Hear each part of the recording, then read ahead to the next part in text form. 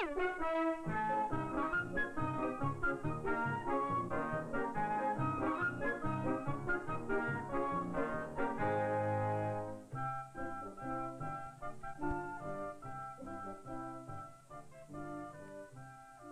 you ever been lucky enough to go out camping in the woods by a mountain stream? It's really fun. Well, most of the time it's fun, except that water always seems to get heavier the farther you have to haul it.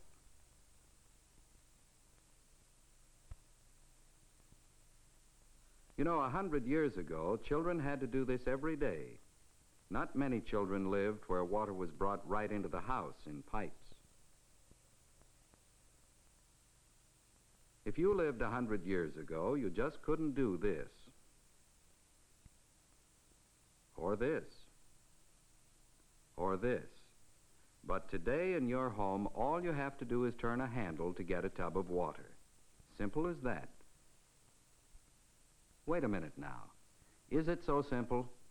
Have you ever stopped to think of all that has to be done before you can get this water to scrub your legs? At least we hope you scrub. Of course, you know that the water comes in pipes. In new houses, you've seen the pipes sticking up through the floor. This is going to be the kitchen, and the plumber is putting in the pipes to the kitchen sink.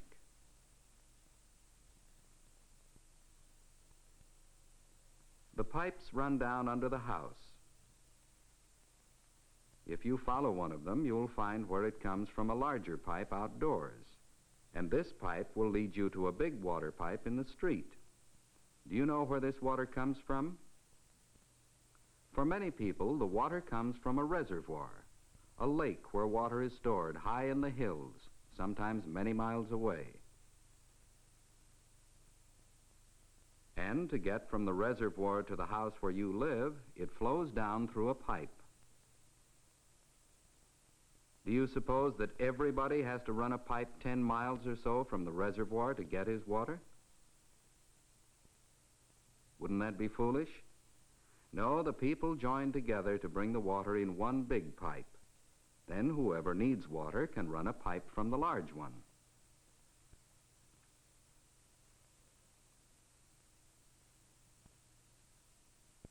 Perhaps you have a reservoir like this near where you live. There goes the water starting on its trip to your house. It goes over hills and across valleys. But before it reaches you, it must be made pure. Would you guess that tumbling water like this will kill germs? It does. Sunlight and air kill some germs here, and other germs are killed with chemicals.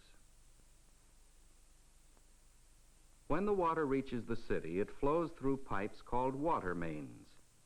These men are just putting in a new water main. From the water main, pipes go to your house, so you can water the lawn or squirt your brother. Pipes bring water to every bathtub, to every mother's washing machine, to every thirsty boy and girl. Yes, it's a lot easier to get a drink of water this way than this way.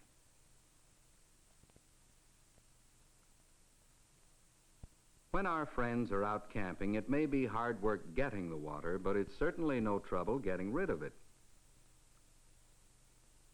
Just imagine, though, what it would be like if everybody in a city did this. Wouldn't that be a mess? But at home, down the drain it goes. Simple as that. Of course, it's really not that simple. Let's explore the new house again. The large pipe that the plumber is working on is called the waste pipe. That pipe will take the water from the kitchen sink down under the house.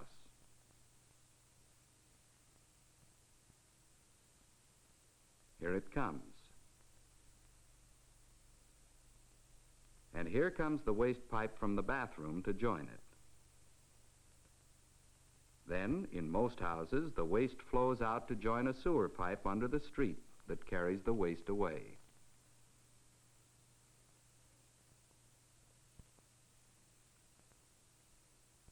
There they go again. First water, now wood for the fire.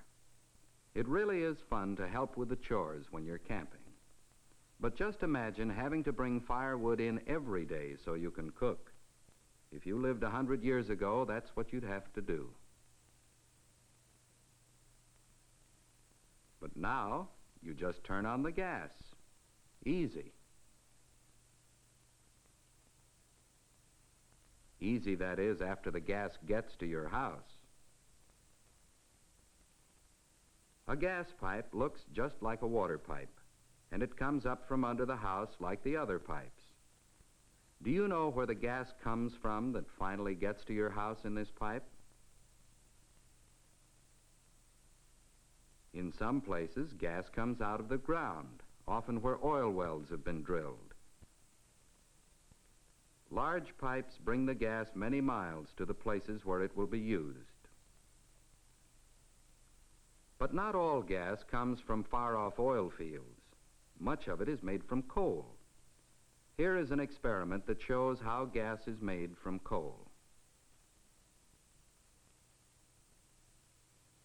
First, we'll break up some of the coal and put it in a coffee can.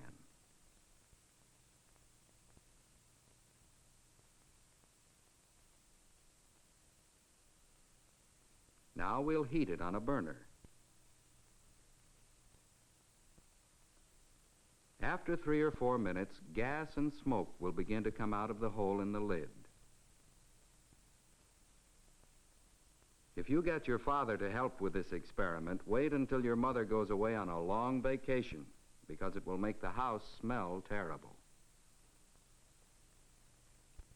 Whether the gas comes from a gas plant near your home or from far away, it is usually stored in a huge gas tank.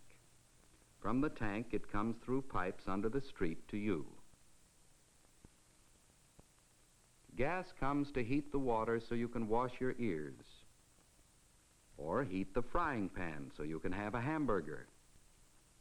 Isn't that a fine thing to have coming right into the house in a pipe?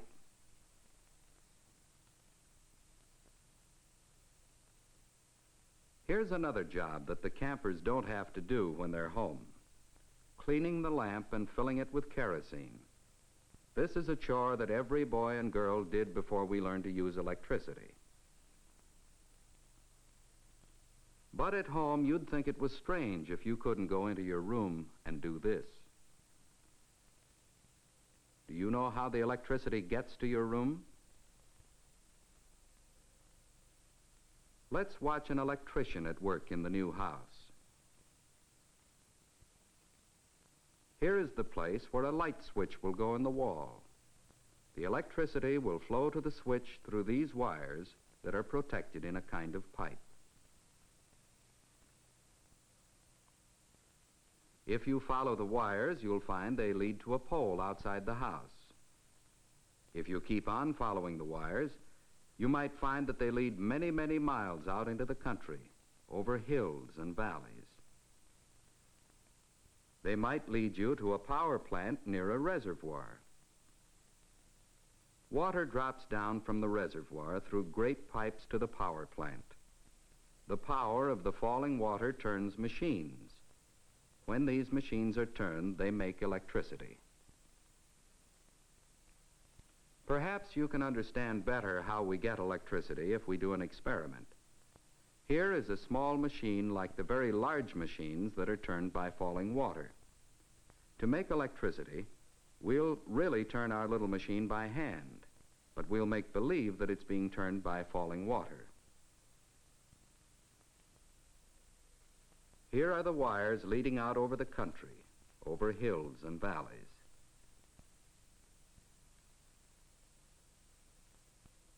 Here is the light that you turn on every night. And now you are in your room at home.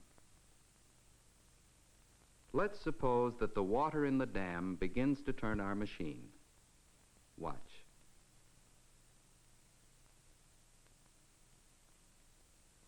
In this same way, electricity comes to light your real home at night.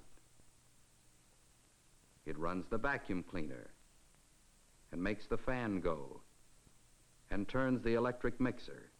Electricity helps to make your home a good place to live.